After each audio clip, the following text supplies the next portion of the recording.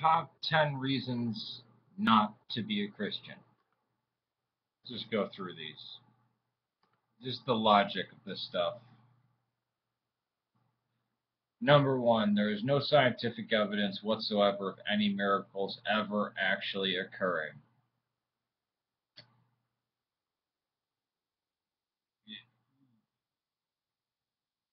By definition, a miracle is suspension of the laws of the universe or whatever.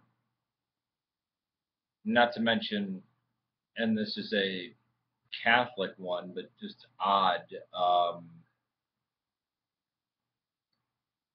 the supposed miracle of the sun at Fatima, that is actually pretty weird. Or, again, it also depends on what you think is a miracle, right? Differs from faith to faith. The tilma at Guadalupe, the image of Guadalupe, 400-year-old cactus tilma, gets acid, gets sulfuric acid thrown on it from an anarchist, and it does nothing to it.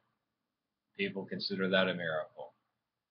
There's plenty of stuff that science has yet to explain. Doesn't mean it's unexplainable, but there's a lot. The universe is more mysterious than we can imagine.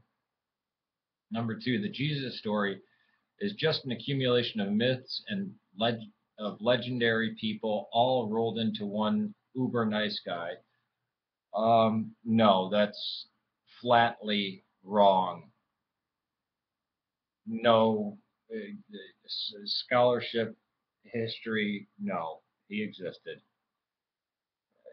Which guys? Is this the supposed Mithras, Attis, Horus, BS? Again, Tacitus, Pliny, Suetonius, Josephus, Lucian of Samosata, Celsus, Trajan. Three, science and faith are incompatible ways of thinking, separate realms that should be kept separate. You know who came up with that? Descartes, a devout Catholic. Science and faith. Yeah.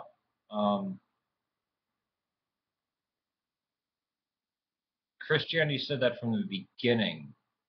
That might be an argument against Islam, not Christianity. Or even Hinduism, for that matter. Modern Hinduism, that is. Sanatana Dharma.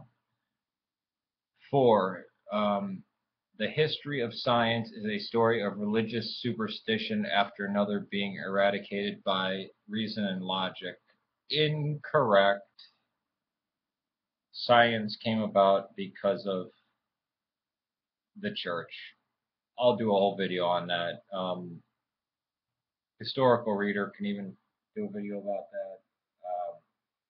It was because of the rise of monotheism that allowed the world to be studied, since it was seen as being created by a being that then stepped back. Instead of having a god to make the rain come, a god to make the plants grow, a god to do this, a god to do that, it actually laid out the print. That's just an ignorance of history. Right there. 5. The Bible is a translation of tales cobbled together by Constantine in 300 AD. Well, you mean AD 300? Because Constantine wasn't an emperor or even a Caesar or anything in AD 300. He began in the West in 303, and then through conquests, the first at Milvan Bridge, he took the last, and then his pact with Licentius and with the Edict of Milan, and then he took over. And Constantine had no role in the formation of the Bible, and not translations of translations. That's incorrect. We actually have the Dead Sea Scrolls, which are, some books are word for word accurate, like the Isaiah Scroll, to what the modern Karaite texts have. And There are no better, and this is undisputable, there's no better manuscript tradition for any work of antiquity than there is for the works of the New Testament. St. Paul invented Christianity by making a nice rabbi named Jesus into a god. Well, which one is it? Was he a myth of legendary people? Paul didn't make him into a god. No. Man, that one's done. Evolution disproves God. How? The Roman Catholic and Eastern Orthodox churches accept evolution. Creationism is a relatively new thing, and is pretty much only an Anglophone thing. The creation debate really is only in the United States and the United Kingdom, maybe Australia. But no, wrong. How does that disprove God? That's ridiculous.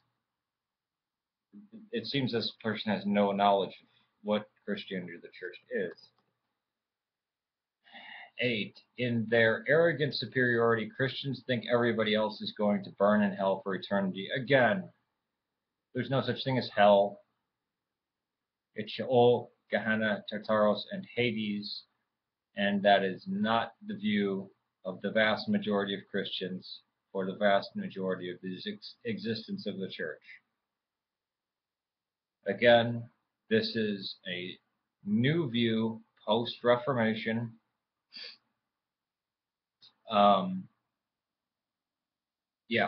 That's no. You can't just say that's like saying all Muslims are suicide bombers. Well, there's this crackpot view that's relatively new.